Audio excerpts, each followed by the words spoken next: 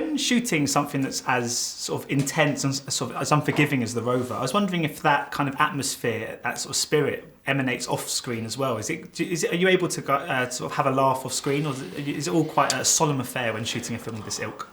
No, we had a bit of a laugh, didn't we? I mean, I think, and David, I think it all comes from your director, really, on some level. And, David's got a good, cheeky sense of humour, so, I think as long as on one hand we're all able to respect and sort of honour and acknowledge the tone of the film that we're all going for, then there's certainly room for, on the other hand, to have a bit of fun and, and just be really open about what's going on. So it was a really nice balance. I think that was kind of an intensity which probably came a bit from the movie and a bit from being out in the middle of nowhere. Being where we were. And people went pretty crazy by the end of it. I was wondering, because it looks like it might have been quite an uncomfortable experience in a sense. It looks quite hot and sort of out in the sticks. I was just wondering if there was ever a time when do you think that informed the acting process? Do you think that shooting on location actually helped you sort of get into the head of your characters at all like this? Well, I think it does, because I think that remoteness really plays a big. You can't ignore that, when you're out there. I mean, it's kind of hard to say. We'd have to go and make the movie in a city environment for me to be able to tell you honestly, oh yeah, so it is different, But I do think that it certainly becomes part of it, like putting on a costume, Because Guy, the role of Eric was actually written for you, but you weren't. David said he didn't actually tell you that. Do you think had he told you, you might have approached the role slightly differently, or sort of felt a bit more pressure going into it? No. I mean, I wouldn't have approached it any more differently. It's a funny thing though to hear that something's been written for you. I find that, I don't know, it feels like there's a weird expectation that you're supposed to be more flattered or something, and on some level, just out of spite, part of me wants to go, well, I don't want to do it then. Don't just write it for me. That just doesn't feel, because on some level, and this is nothing against David, but on some level, you're also trying to work out what assumption they've made about you by writing it for you, So it becomes a bit of a complicated, messy sort of process. So I'd much rather not know if someone's written something for me. Because it also makes you feel guilty if you then will need to say no. Sorry that you made all this effort and everything, but no. And both characters, they're quite elusive. We don't know too much about their past. And I was just wondering if you quite enjoy having that when sort of approaching a role. Do you like not having too much of a backstory, because it gives you a bit more freedom to sort of create one of your own accord, I guess? I like that. I mean, I guess it depends. Yeah, it does depend.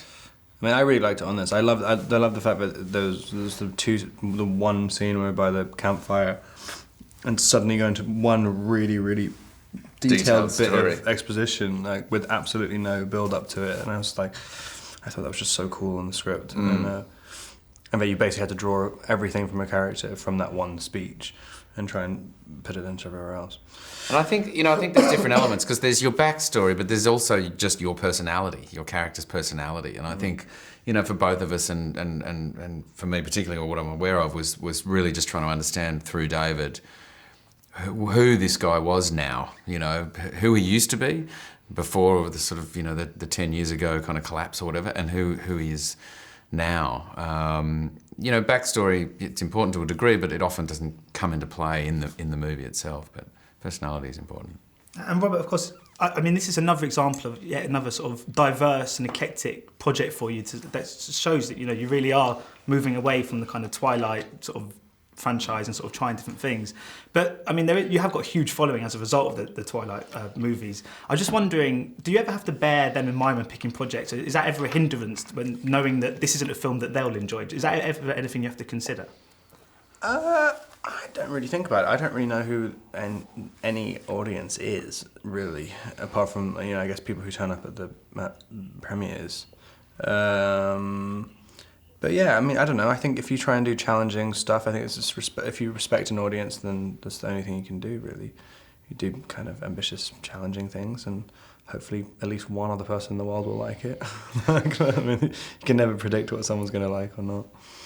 Because I mean, I guess in a way, guys, that's something you can relate to, because when you sort of first started, you had that whole being synonymous with a soap opera character, and you had to really kind of move away from that and forge a sort of career as an actor. Well, I think the interesting thing is the way you put it. You put it like I had to forge away from that and move away, and Rob had to sort of forge to move away from. I don't think that's how it works. I think, you choose a job like Neighbours or you choose a job like Twilight in the same way that you choose any other job that you do. as in any other film or TV job that you do. And just occasionally some of them become massively popular. And then you just carry on doing what you've always done. You just keep choosing roles as you've always done. But from the outside, people are going, oh, you're consciously having to get away from that, aren't you? I can see it, you know. And I don't think it's that conscious, to be honest. I don't know that Rob chose the Rover because he was in Twilight. I think Rob would have chosen the Rover anyway. Do you know what I mean? So, but I do understand that there is a real disconnect between what goes on for us on the inside, and as far as what we think and what we're after and what we're, versus how it appears from the outside.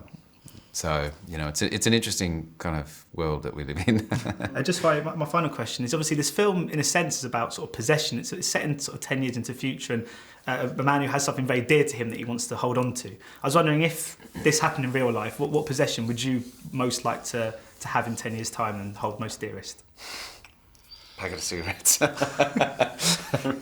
don't even smoke. Oh, I would in this world. That's right. The most random thing. Yeah, well, just one cigarette, but no lighter.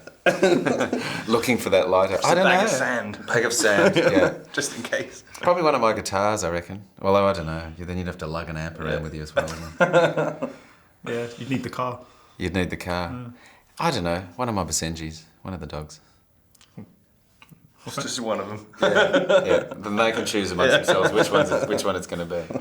Yeah, well, thank you so much for your time today. It's much appreciated. No worries. Thank you. Cheers. Cheers. Thanks, mate. Good to talk to you.